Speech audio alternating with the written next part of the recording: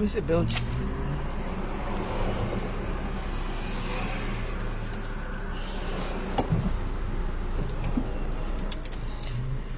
Hi guys, munda zvino komana. Iwe yena ngubaya iwe imadwe kumani. Mira, bata yini kumakati.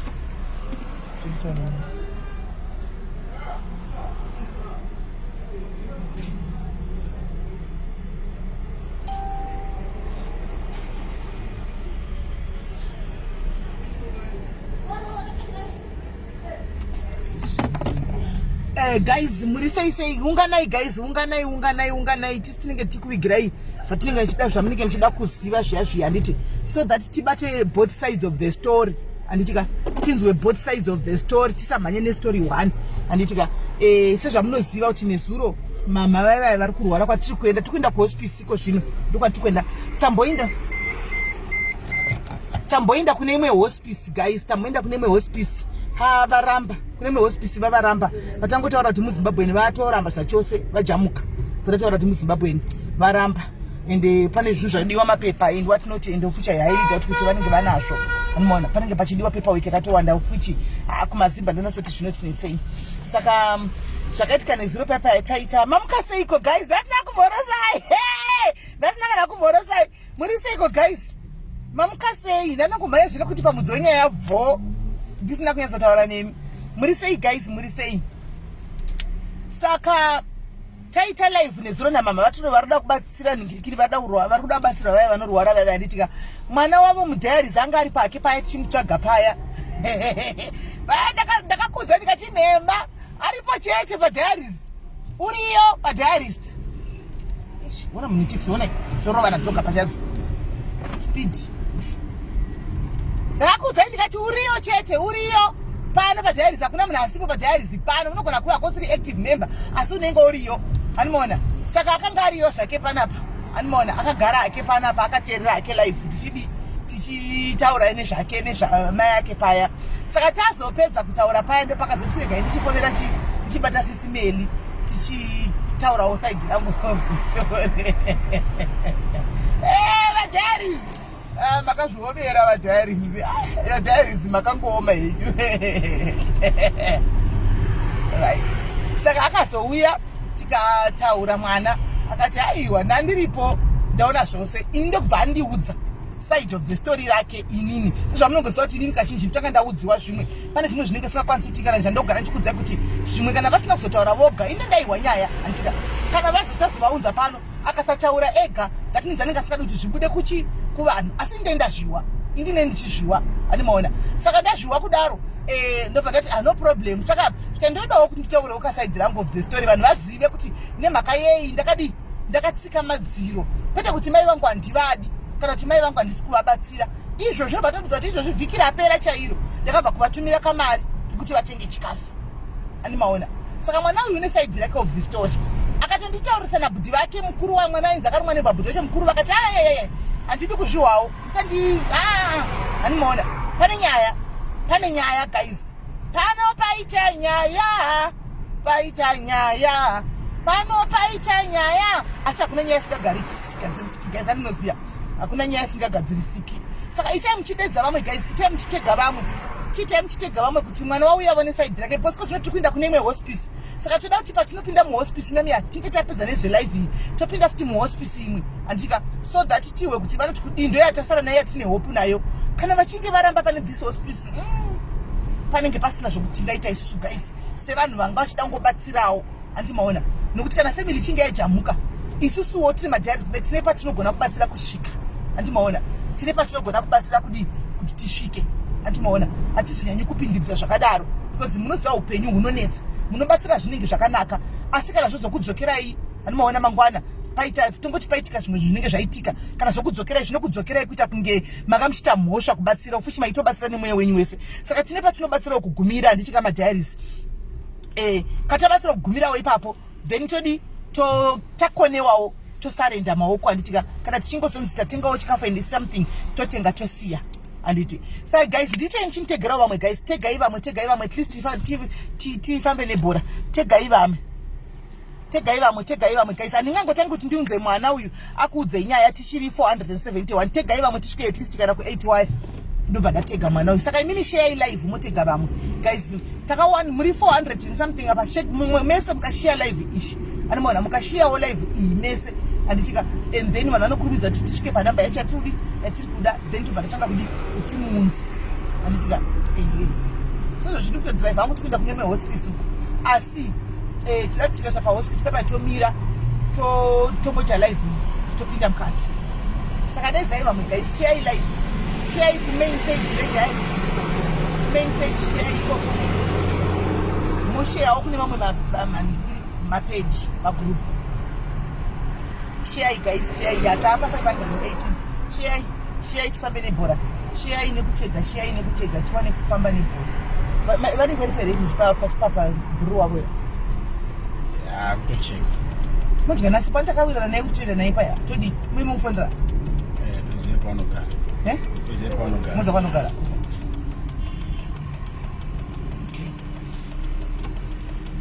Dedzai vamwe guys, dedzai vamwe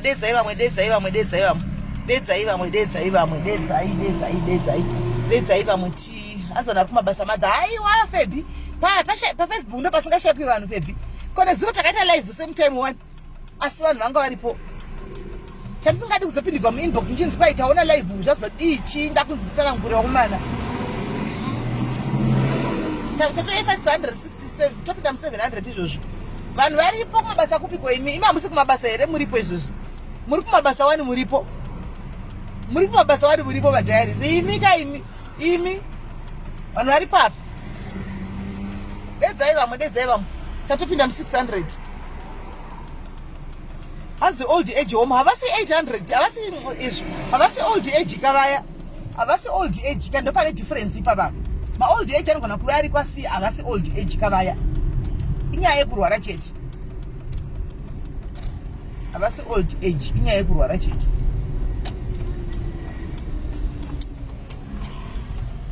Itai muchipinza vamwe guys. Tave pa 590 tatopinda mu 601. Mubva bangoti 78 tinokwanaka.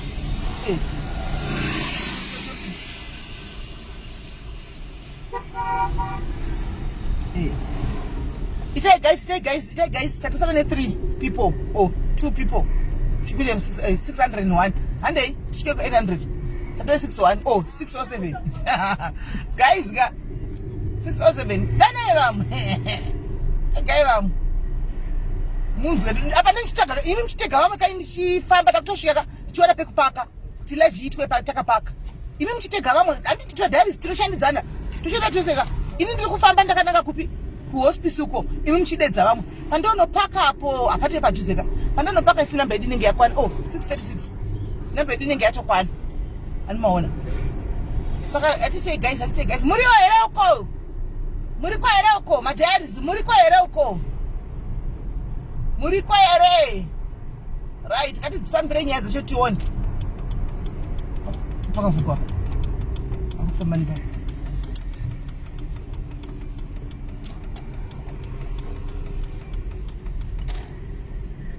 kuchikuitika hapana tokudzika aiwa hamusi kuona papa kuti pakatwara one lane re one way paiviri two ways saka vakuita one way chete hamusi kuzvona right 681 ndizvozvo chaizvo apa ndo panongokaurisa umu so tudinda mberi kuita and hey guys and 716 aha you see what I'm talking about. You see we teamwork diaries tiri teamwork titoshanda seteam panapa so tikabharana but tiri team chete we are a team ande tione tiri team panapa isusu hapazishai kuonyoka 5 dzinenge dzirimo mumunhu akamirira kutora mascreenshot patombotukana paya tichibharana paya tichiendesa kusiriko but if they can only know kuti we are a team tinotobharirana tinotokorekana tinotodii vaidei vasingazvinetsi nekutora mascreenshots pano because titori teamwork asi totombobharirana chero vana vemunhu vandotukana zvakatosimba ndipo here patogona kuenda napa vana vemunhu chaicho vanogona kutobharirana zvakasimba kutaita gore musingataudza akasimongostadzana chete ndozvatiri padhairisapa So trust mamwe masatani anenge ari comment section makati vakamirira vatukana rigaitora mascreenshot vazotukwa rigaitora mascreenshot aiwa tinobvumidza madiaries because diaries is my family. Oh, it's my family, they are allowed. Ona iro kusa angry face manje zvakanakira ka angry face ndichipedza live ka pandoinda kune vangu vachisama love nema likes nema angry face ka ndinoskoona kuti ndiwe nhingi ndobva ndakuti block ndizvo zvinonakidza ona ndobva ndakuti block vaya vasina makasini makasota ndobva ndatongoona kuti block panongopedza live chete ndakwenda pakaona kuti pamalike nemalove nechichichi pa live yoyi ndotosvika zvangu ndotowakasana angry face ninhingi ndobva ndati block black ndobva ndakidzira zvinoita hauchaoni utave 1.1 nengongoni wanyera mugirazi nengongoni wanyera zvako mugirazi so ongomizira mastreets mascreenshots hauchandioni hauchandondibokoli tatosvika pahospice guys, tatosvika pahospice tiwane kupaka. Ndoda kuti tingovaraidza nguva kuti tiwane kudi tiwane kupaka. Hautandibokoli ine ngorongoni wanyera unosikireta ruwe ghost wadzoka usati angry bus ndokubloga malakadzira ndokubloga so ndokubloga lapedza kubloga hauchandioni unenge wakundonyera mugirasi totasabo kati kuzotena kaapitaiti vatotarisa pane street pamusoro uya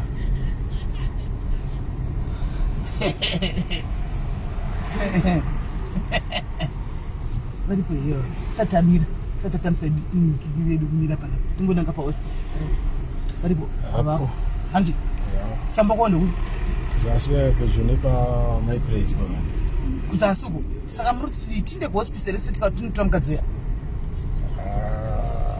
zvangofanana zvatinde pahospice pakadiwa information ava vasanozisiva here information isati zivi kana zita ravo mai vaya saka nditovatora zita ravo charatizivi pakanzi padiwa information isati chatozivi information totosvaya kuti tozosvamisa sei tombomira tombotsvaka pekumira apa titange tadi taita live ehe tipedze nezvelive mazofizira madiaries ndizvozvo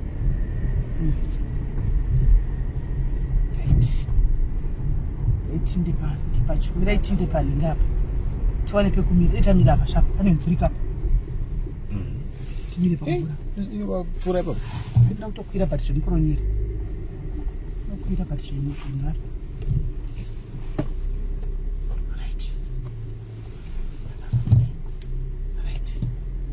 right tapaka tamira manje right guys maita henyu tamira manje hanzi musabloka aiwa maghosti anenge achituka kudza inokuisana angry face andiona right saka zvandakuita guys ko zvino ndakuunza mwana ushu anditika achitaura nyaya yake nditoreo mwana waya alright ushu atoripo yaripo right let's hope muchatsonzwa zviri clear.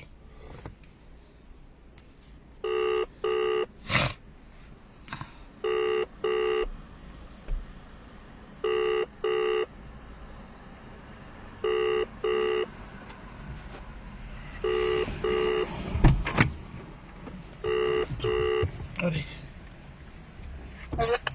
Yes, Lisa, ndepi yako? Wamuka sei nasi?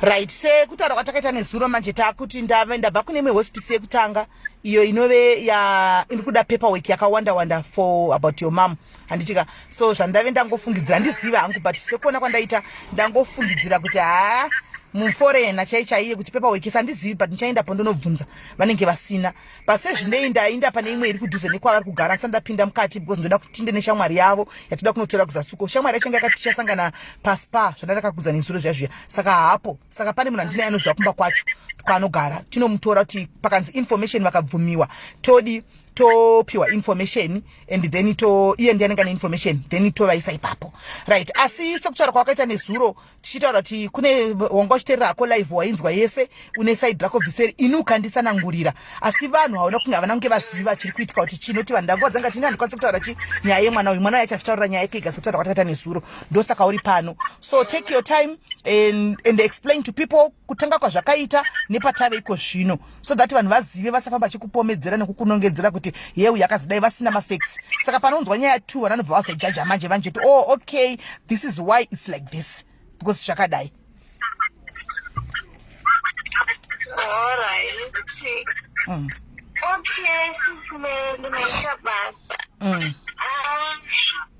nganditaure pakangotangirawo nyaya.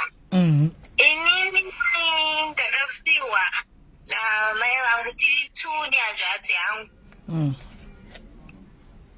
Ndasiwa tiri 2, mama vakangotitiza havana chavakataura. Isusu sekunzwa kwedu takangonzi mai venyu vachi havachakwanisa kugara nemi. Mamune mwedzi mingani kana kuti makore mangani pamakatizwa namama apa? Inini ndandine 4 years. Okay, saka apa vakakutizai vakakusiyira ikupi, makasiyirwani? Inini ndaigara natete, pandazotorwa nabamukuru vangu, ndakugara nabamukuru vangu. Bamukuru ezinkusaidi kwababa? Alright, saka wakakurira kwababa vako iwe nabhuti vako? Alright, handei. Saka anzoti ndakatorwa natete, akugara natete kumusha, ini pandatorwa nabamukuru kugara kwaMutare. Right, takugara kwaMutare, munongoziva nyaya yekuchengetwa naStepmother. Yeah.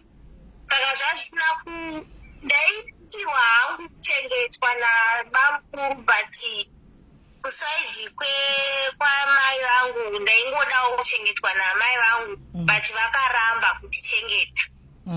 Saka nekufamba kwenguva ndakazokura, ndakuda kunyora O-level, ndakavatsvaga tikavashaya. Hanzvadzi yangu yakasvika pakuvatsvaga kuHarare achirara mumastreets achida kuti aone amai semunhu aita sei aida amai, ende ini ndandichiriwo mwana mudiki panguva yacho iyoyo ndaida amai vangu. Saka akavawana ndakazopiwa namba nehanzvadzi yangu ndikataura nawo pafoni ndikati mama ndaikumbirawo mari yekunyora O-level. Amai vangu vakati tsaratara, mazuva chevayo zvaivafaira. Ndikatokumbirawo mari yekunyora O-level, vakabva vati alright ndichataura newe. Ndobva ndazongoona munhu Z vachibva vabhuroka pafoni. Right, ndakosiyana nazvo semunhu weyanga akakura asina amai. Ndakangoti hazvina mhosva, rega ndingodini ndisiyane nazvo. Right, nekufamba kwetime mwana watete wangu anga ari kunoku kuSA akati ari kukwanisa kunditora kubva kuZimbabwe kuti ndiye kuno kuSA ndikwanise kuita sei kuenda mberi nechikoro ndiende kuchikoro. But ndasvika kunoku hazvina kuita sekudaro. Magariro ake anga asina kumira mushe nemurume wake. Murume wake zvasiri right, aive munhu anga ari abusive. Ndikati sinzi ndina amai rega ndichesei nditaure naamai vangu ndidzokere kunani naamai vangu kuchi pamwe anokwanisa kundinzwira sinzi ndakuno. SIS MELLY avo achibva abhuroka futi, abva anyarara kuti ndakanogara nemukomana wangu. Mukomana handisina time yakati ndamuziva, ndakagara naye kusvika pakuita mimba. SIS MELLY mai vangu variko vasina chavari kuita. Ndakushanda mai vangu vanenge vane problem yekunyepa too much. Ndakaona palife vakataura kuti hanzi nini ndine murume. Handina murume ini, ndakasiwa 2019 ndiri single mother, ndochengeta mwana wangu ndiri ndega kubva 2019 up until now, and she knows kuti inini handina murume. Saka ndizvo zvaitaura kuti ndine murume palife wakazvivana kupi. But ndakati handingaite nharo sinzi munhu ari kuita sei ari kurwara.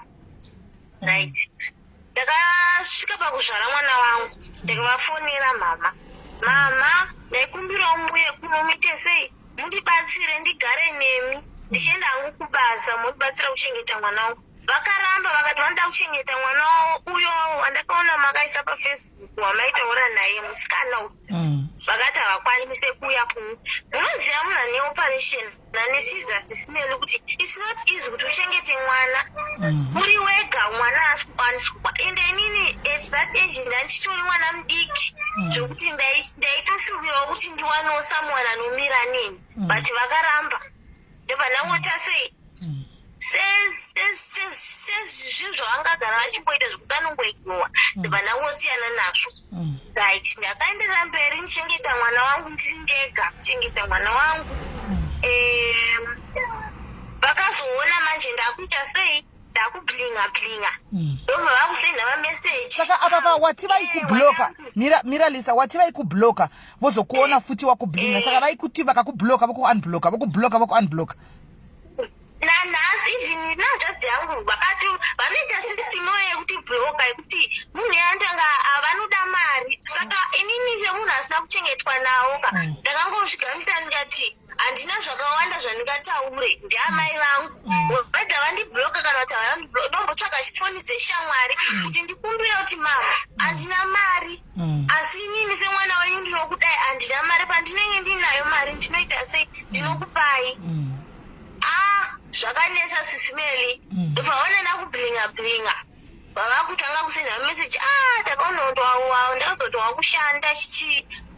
Ndikatoti mama muriko paya ndatongofarawo kuti amai vangu vati ndokumbirawo mari. Nyaya yekukumbira mari yendoda kuuya ikoko, ndobva ndavasendera mari, havana kuuya, vakadya mari iyaya. Avo vatanga kuisa mastatements avo. Ndazotadza kuuya chikasudai ndikati it's fine paya. Right, ndibva ndavati vakanzi vari kugwara, ndibva ndavati uyai kuno mugare neni. Vakaramba futi SIS MELLY nekuda kwemwana wavo wavanoda iyeye musikana iyeyo. Mira Lisa, saka uri kuti pavatanga kurwara iwewe wakatova tichiuyai mundigare nemi kunoko, vakaramba. Vasati vasirious ndakatombovati uyai kuno. Ndakatombovati uyai kuno, vakati sei, vakati ndine mwana wangu anozosara nani chichi paya. Bva ndangoti it's fine, kana zvizvo zvamada handingarambe. Ndakaenderera mberi semunhu ajaira kungoita zvinhu zvake ega. Ndakaenderera mberi ndikachengeta mwana wangu ndiri ndega, ndikatanga kuendesa mwana wangu creche ari mudiki, asi mai vangu varipo. Ndikati sinzi vasina kundipa rudo nyini, it's better vapochi muzukuru wavo rudo, but vakasarudza kuita sei kuramba futi. Ndibva ndangoti rega ndingozvigamuchira, handina amai vangu anotondirwadza. Ndeamai vakandichengeta inini SIS MELLY, vakandichengeta chaiko kundichengeta kuti ndisvike pandiri panapa. Nanhasi ndinongotaura navo variko. Saka kurwara kwavaitawo takazonzwa takusenderwa mameseji because vakandibloka ka zvese kuWhatsApp ne vakandibloka zvese. Then hauyoye kuti ndikawati handina mari, havadi kunzwa kuti handina mari, chavanongodai vanenge vachingoda mari. Pavanda kunzwa neshamwari dzavo zvikanzi mai vako vari kurwara kuno, ndizvona ndakutumirwa mapictures ndikatoona zvesho vari kurwara zveshu. Saka nenyaya yelockdown iri kunoki, kune lockdown yekuti haukwanise kufamba SIS MELLY usina mapepa zvakaita sei akakwana. Munoziva muno muSouth Africa haukwanise kufamba usina mapepa akakwana. Chibva ndaudza ndikati inini kuti ndiuye ikoko ndinokwanisa kuuya, asi for now handichesei handikwanisa. Ndavatumira mari yekuti vatengerwawo chikafu. Saka handiziva kuti but upenyu hwangu chaiwo kurwadza, upenyu hwangu ka zvakawanda zvandisingadi kutaura SIS MELLY. Mai vangu ka ndourwaro, vane vamwe vana vainawo kuZimbabwe futi vavakasiya futi the same thing zvavakaita kwatiri, same thing zvavakaita kwandiri nehazadzi yangu. Kune vamwe vana futi variko. Saka handizivi kuti vada kuita sei. Izvo ndakanzwa futi kuti vari kuti uyu musikana asare kuno. Unoteerera murume kuti anzi arati mwana asare kuno, mwana anosara ne mwana musikana mudiki akadaro anosara achiitei kuno. Chibva ndasajisa ndikati no, kana sisi vasiri kunzwa vasurudzwa mushe ngavachienda naPrince kumusha, ini ndosara ndichishanda kuno. Totsvagira musikana anovabatsira vari kupi, vari kumusha. Vakaramba futi. ndakandoita sendikaenda nawo kumusha inini right now kuti ndinogara kumusha ndine mwana mucheche ndine mwana mudiki wandinaye ada kushandirwa ini ndichada kudya iwo wada kudya taenda pamba pevanhu tanogara pamba pevanhu pamba pavada kuenda pasi pavo pamba pehanzvadzi yavo iri kutoroja nawo saka ndakasajesta kuti its fine kuti vaende kumba nani napraise ningi wangu ipotsvagwa munhu anenge achita sei achivabatsira but ivo havasi kuda vada kusiya futi mwana zvavakaisa futi vada kudzokorera same thing why right saka vana vari kuti kuna mwana wakasiwa kuzimbabwe vahombe kwamuri here imi kana kuti vadii asi vanotaura kuti vahombe handitombozive inini handinyatsozive history yamamaini handina kukura navo ini handitombonyatsoziva asi kuvada amai vangu ndaivada ende vakaratidza kuti havadi kuita bhondi racho vakaratidza kuti havasi kuda so ini ndakangosudurukawo ndikangotova munhu asingandidi its fine and as for now I'm not working SIS MELLY handisi kushanda now munoziva nyaya dzekutaka afekta vanhu vakawandisa handisi kushanda but unonzwa amai vako vachikuratidza kuti havana basa newe saka now vanhu ivavo vaivasei vanhu vari kuvasema now ndo vanhu vavaichengeta yavo isusu tiriko nanzvi dzedu taingonzwa kuti mai vauya nezvakati vachipfeka malabels hanzvadzi dzavo nevana vehanzvadzi dzavo vachichengeta tichisafa inini nehanzvadzi yangu right now ndozonzwa munhu akutanga kutaura kuti hanzi inini handisi kuda kuvachengeta vabvunzei kuti handakati handide kuvachengeta here kana ndakasajesa kuti ngavaende kumusha for now vambochengetwa vabatsirwa kuchengetwa nemusikana ariko at least vanowana munhu vanenge vachituma kuti nditorirewo shakati painowo someone anenge achivabatsira kugedzi because tikaenda tese kumusha nawo anovachitengera mapiritsi ndiani zvinhu zvakaoma kuzimbabwe ndizvozvo ya saka apa paiwo pfungwa dzako uri kutoita sei nokuti iwe ndiwe watowewe ukama wokuti takutotaura nayewo isusu hona titori vekure kure tatangofonerwawo tikangoudzwawo kuti ndo zviripo tikati mumwe wedu muzimba rega tinodongorera tione kuti pakamira sei sezvo ari muzimba toziva situation dzinowanikwa nemazimba kana tiri kumaforeign lands saka right now iwewo suggestion yatatataura yekuti toenda kumahospice kana vakabvumwa already tine one more to go yandiri kutaura iyi but hatingai ndidoga because nichero zita ramai vako chara handitorizivi zvoda munhu anoziva information yavo kana pakanzi ngavauye neinformation yavo tichanomutora toinda let's say munhu angaziva information yavo shamwari dzavo idzodzo ndodzingaziva information yavo yakakwana inini handina information yavo yakakwana even ndakataura nasekuru vacho vanasekuru ndakatanga kuda kutaura navapo vakanditi kwakanaka here kuratidza kuti havadi nezvangu ndakambogarako ndokuziva kumba kwasekuru ndakaenda kundichida kuvaona SIS MELLY but treatment yandakawana ikoko is very bad handide kudzokera ikoko futi ndodzokera futi ndine mwana futi pamusoro pazvo hazvimire zvinhu hazviite zvinhu zvakanaka handina murume inini wekuti ndingamira naye kuti ndingadzi ndine murume ende for now kuti ndive zvinhu zvandiri izvozvizvo its because of her because vakaratidza kuti havana rudo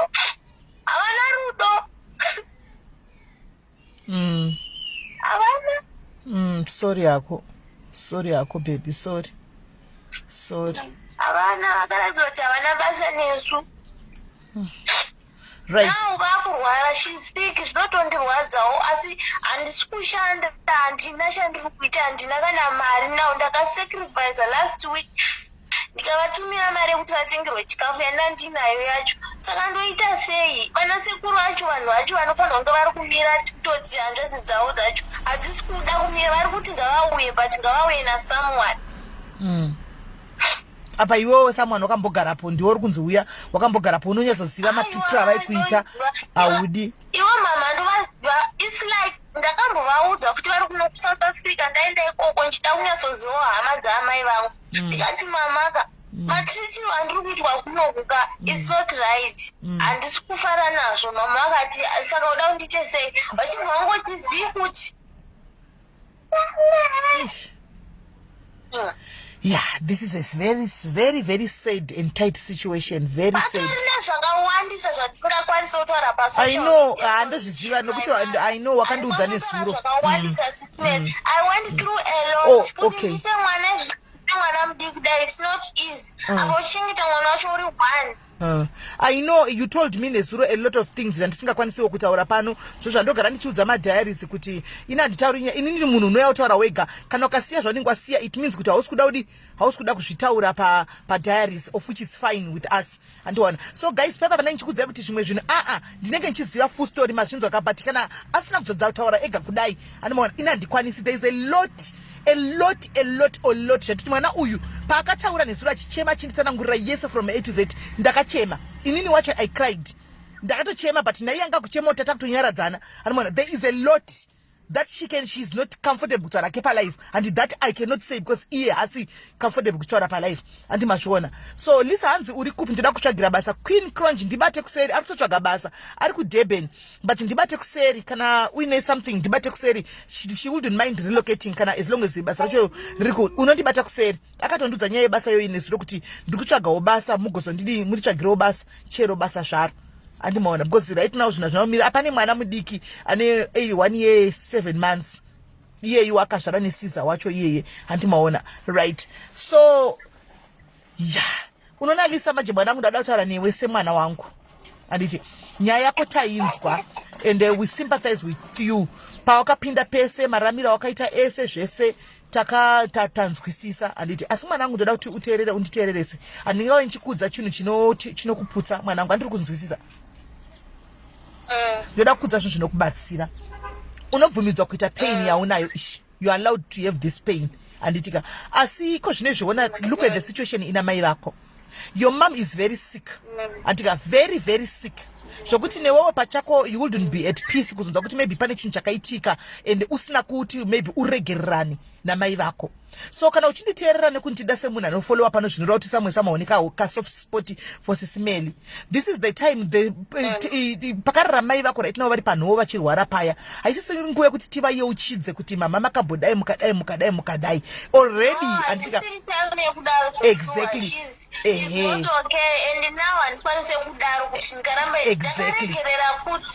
right chiteerera unzwe yes wakandiudza nesuro chiteerera unzwe kuti tivayeuchidza hazvichaiti nokuti already between me and you telling you the truth guys mai vakutotongwa nezvavakaita kumayo kwanzi unotongwa nemabasa ako handiti maona it will come zvawakanenge uchiri kohwa rima paya unozozvikohwa zvaunodzvara. So panguva ino iri vakutovewo mujere ravo vega handiti maona because right now sekutaura kwavari kuita kuti kwavaitenga malebhu zvinhu zvichifaya life pazvaifaya vachichengeta vachidini now are rejecting them handitika they are now turning vakutenda kwauri mwana handitika kuti vamwe ndingatibatsira asi ndivo vaikubloka ndivo vanokubloka. So advice andoda kupa ndekudai mwanangu before usati wanza zvinhu zvakaipa kana tisingatarisire ndikuita zvinhu zvakaipa handitika ndaichikumbira kuti mwanangu panguva ino ikai imboisa enga yese pasaidi bitterness noti voice rako chaichero rizere bitterness rizere enga handiwaona imboisa pasaidi let's work together handika mune zvakanaka tisingataurire zvenyaya kuti makambodai mwana handika so that uvaregerere ende kana uchitaura navo iko zvinoti pandichaendapo kuti mama aiwa no problem saka poitwa sei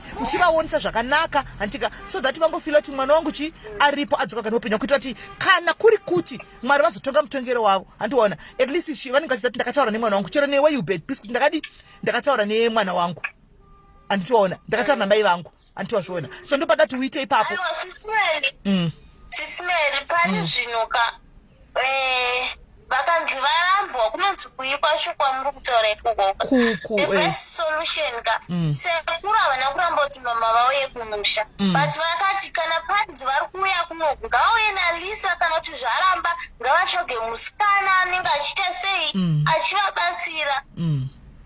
So inini ndopandakazosajista kuti ndikaenda now situation iri kuZimbabwe ndo munoiziva here situation iri kuZimbabwe vachada mapirits ekuti vamwe vachada mushonga vachada kudya right. Inini ndaenda ndanogara ikoko nemwana pamusoro ndichada kugeza ndemwana achada kugeza zvinoonekwa nani ndopandanga ndasingavaende nani nemusikana mudiko zvekuteerera kuti anzi musikana mudiki ari kuramba yokai it's another story. Mwana haafaniri kuteererwa achiri mwana mudiki mama akutoda kusiya kwakuita mwana we katsika kavatozvijaira kekusiya vana ngavatoga vaende nemwana kumusha kuZimbabwe. Handina kumbovarasa amai vangu, handina.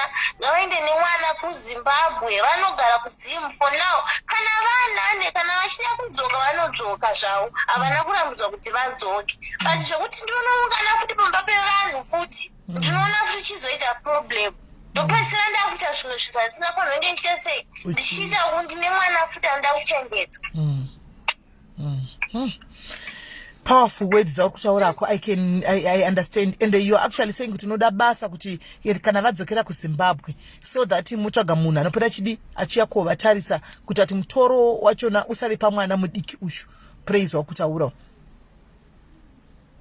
Hafanira kuramba praise, anoda kuramba izinawo kanzaramba amai vake zvichazongomudzokera futi because unoramba haana 12 years, she's 14 years. Zvokuti anzi angaramba kuti handida kuenda kumusha, unosara nani muno mukusarudza kugara nastepmother tovaziva havasi vanhu vekuti vanenge vaine mwoyo but pane pavanogumira. SIS MELLY inozopedzisira yanyaya kuti akutiza ikoko akuita sei, apedzisira akutizira kuenda upenyu hwandiri kurarama nawo. It's not easy kuchengeta mwana mudiki futi mwana mudiki. True, very true. Wow. Saka, okay. Lisa, this is what I'm going to do right now. Come on, alright. This is what I'm going to do right now. Shondoicha inda kudzika kusasuko kunotora shamwari ya mai vako yacho. And my friends, amaiva Lisa kana makatasa pa live, please. Lisa akandisendera mama audios nesuro nema message amaimusendera. You guys, you don't have to do that, right? I know kuti position yakafana ne ino imaya vanenge vachida mwana wavo, but makambonzwa here full story yenya isema shamwari amaiva Lisa. Ma audio amaisendera mwana uyu kana zvamunosendera mwana uyu, please vadzimai muri vanhu vakuru musadaro. I know kuti muripo pa live muri muRustenburg munomu. Kana mchida kundiona ndiripo yamundione. Handimona. Kana mchida yenyu kundituka yamutuke ninga down row yamunrow ndiripo panapa. Handimona. Musatuke mwana uyu mchipsendera ma message nezvinyazi. Mchiti yari kurasa mwana mai ari kudai. Last week cheche akatumira mai yake mari chikafu. Kurasa mai kuri papi. Ari kukudza, and we all know kuti ko zvinobva pano kuenda kuJoburg kubva muRustenburg mandiri munomu muNorth West kuenda muJoburg. Aufambi usina tsamba vabvume, ende tsamba vakupe usina very valid reason. Aupiwe tsamba. Province to province yakabhaniwa is prohibited. There is no way kuti unoenda hanzi ngapinde mugonyeti. Nditokutsvaga ipinde imuse mundibaironi ngikiri ino chipower bank pachaja. Handimona. Province to province haisi kubvumidzwa, zviri kutosungisa havasi kutomboda. Handi saka musatuke mwana uyu muchipsendera ma message nchiti kudi imi ndimi mabhururu amai vacho. Handitika the least that you can do is to try and help mwana namai kuti vadi kana pane zvinogadzasvika sanzwisisai both sides. Musatuke mwana ushu. Tora irimo mupower bank netsamu uya chitiningira tichaje phone. Ngatizvisei musatuke mwana uyu please. Mwana wenyu kutuka zvinyadzi zvamunoita muchidididera, that's not showing motherhood kana kushowa maturity. Ngativei matured. Shamwa dzamacho handizive mazita avo and handingamensheni kuti handizivi mazita, but maaudio andakasenderwa achibva kune shamwari dzamai. Ngatisadaro iso. Let's not do that. Nditobvisa cover nditi ndiri nani ndikutokufunga kuti amai vangu kuti mai vangu ndinovada. Vamwe vanhu vakatogeza maoko. So nyaya ikai, I think it's just too much for me. Ndiri ndega ndiri one. Vana sekuru vacho varipo, vanhu vakuru varipo, but vakangonyerera kuti zivi. Saka toita sei? Toita sei? Kuvatora ndaida kuvatora kubva kudhara. Ivo mafriends vanozviziva, but vairamba. Vaida uramba uchigara nemwana wawe musikana ndizoti takasiyane SIS MELLY. I don't know. All right. No problem, Lisa. This is what I'm going to do. Ndakubva panapa ndakunotora shamwari yamai vako todzoka kuhospice uko. Andika ndichazokufonera kana ndava kumba kwamai vako ndana mai vako so that vangofarawo kuti wataura navo. Anditoona vangofarawo kuti wataura navo, vazive kuti hauna kuvarasa, hauna kudi. Kana vazopora, if you want closure, ndo pekuti unozovaudza kuti amai handi muri kuona for now tongoita zvoti tivabatsire toita sei. Because baba vari kugara vakanzi havasi kudiwa by end of this week, that is tora mangwana vange vabuda.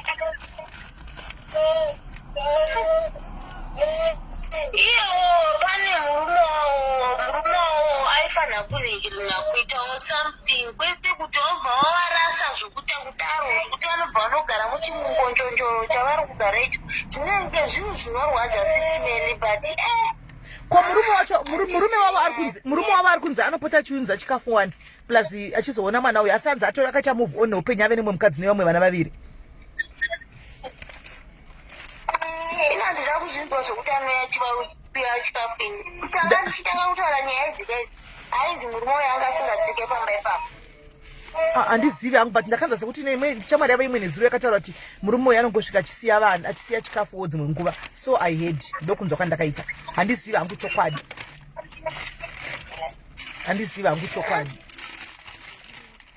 So zvandakuita nyange ukazoda kunzi kuda kurohwa kwacho hazvizombonyatsokufambirawo zvakanaka uchiita sei uchirasa amai. Handingamborasa amai vangu, handingambovarasa. Ifi ndaikuruza hakuna lockdown ndinokwandaikwanisa kuuya but ndofamba sei mbona kune chirwere chiriko chacho kuti kunzi hakwanisi kutravhera, saka ndoita sei? Presha yacho yanga yatondiwandira kana ninoda ndatofukotika zvinenge pamwe ndoda kutofawo nini. Alright, chirega ndiende kune shamwari yamai vako kuzasuka andika ndinomutora todzoka kuhospice uku iwe ndozokufonera kana ndava kuna mai anditi. Saka moramba muripo gai tichadzoka manje regai timbotatatira shamwari yamai vacho kuita kuti pakanzi panodiwa information isa hatina kana zita ravo kana chii hatina chatoziva, so that tikasvika uko pakanzi information ivo vodi votaura naye navo then tozodzoka. So guys, don't go anywhere, stay tuned. Tozotata kuti Lisa namai vake vataurirane zvakare pafoni handimaona kuti Lisa ave nepeace mai vake vave nepeace. Tichaita saizvozvo muzuva ranhasi andika. Saka guys, Lisa ndikani kudrope tobatana pasecond after kufonera mai manje. Alright Lisa, sharp okay right.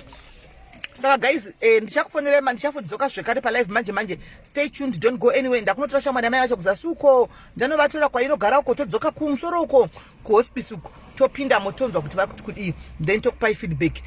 Lisa usara mai vake tave kumba kuti paive nepeace pave nerunyararo tichionesana kuti toita sei hanimaona. So guys, musaenda anyway, ndokubatai.